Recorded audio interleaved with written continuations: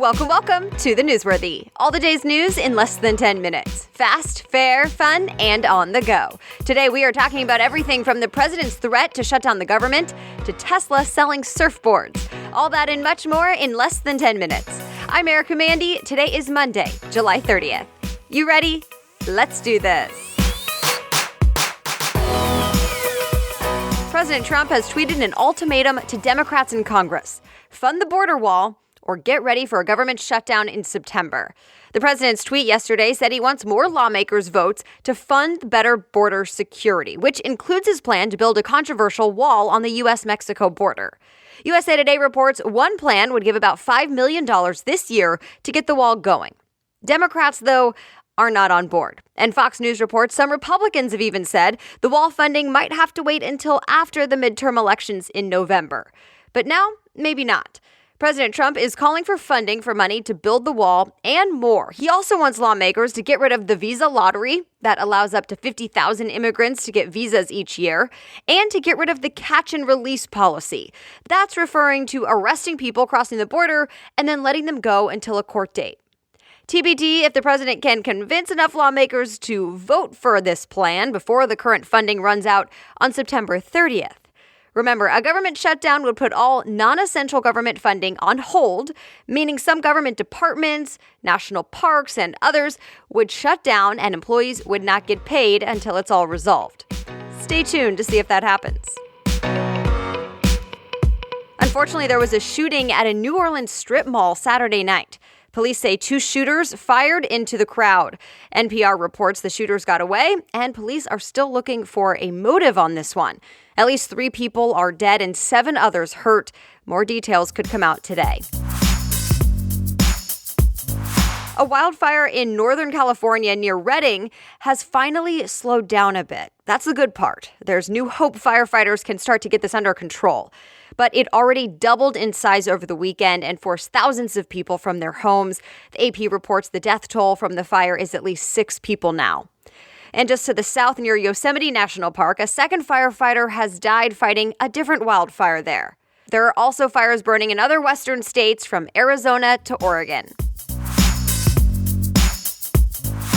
Today, the board of directors at CBS are meeting to decide what to do now about new accusations against CBS's CEO. The top guy, Les Moonves, is now accused of sexual harassment and intimidation. The New Yorker talked to 6 women who said he forcibly touched or kissed them and or abused his power in other ways, like retaliating against them for saying no.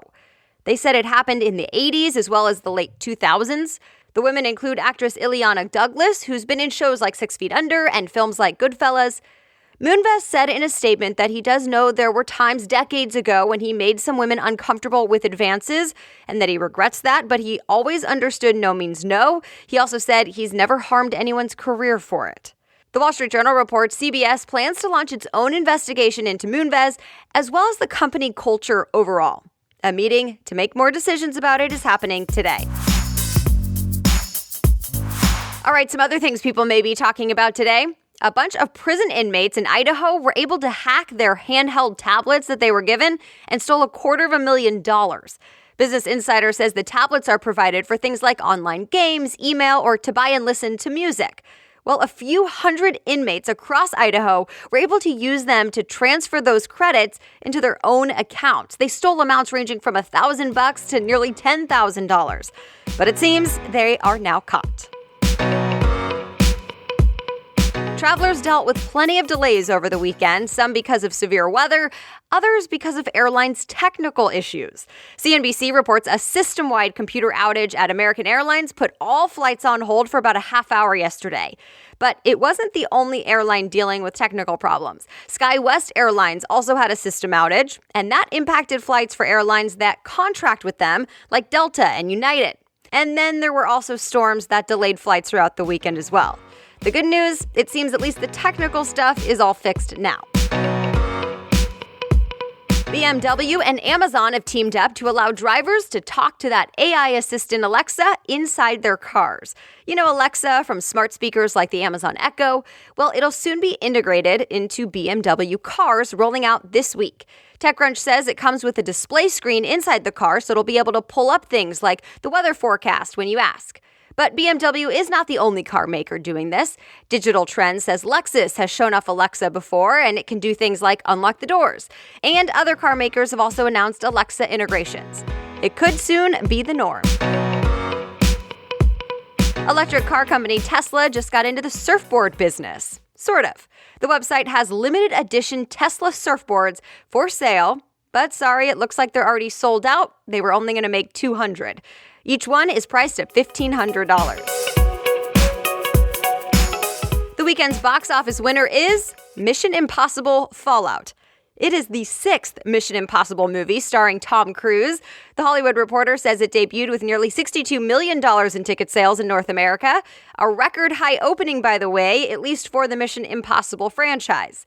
Mamma Mia, Here We Go Again, it came in second, and The Equalizer 2 got number 3. And that's it for today. You are all caught up. Thanks so much for listening and for sharing the newsworthy on social media and leaving reviews on Apple Podcasts. I so appreciate it. And remember, if you want to read more about any of the news stories we talked about today, check out today's show notes. You can find them at thenewsworthy.com. Just click episodes and find today's date. The Newsworthy is ready for you to listen every weekday by 4 in the morning Eastern Time. So I'll be back with more news tomorrow. Have a great day.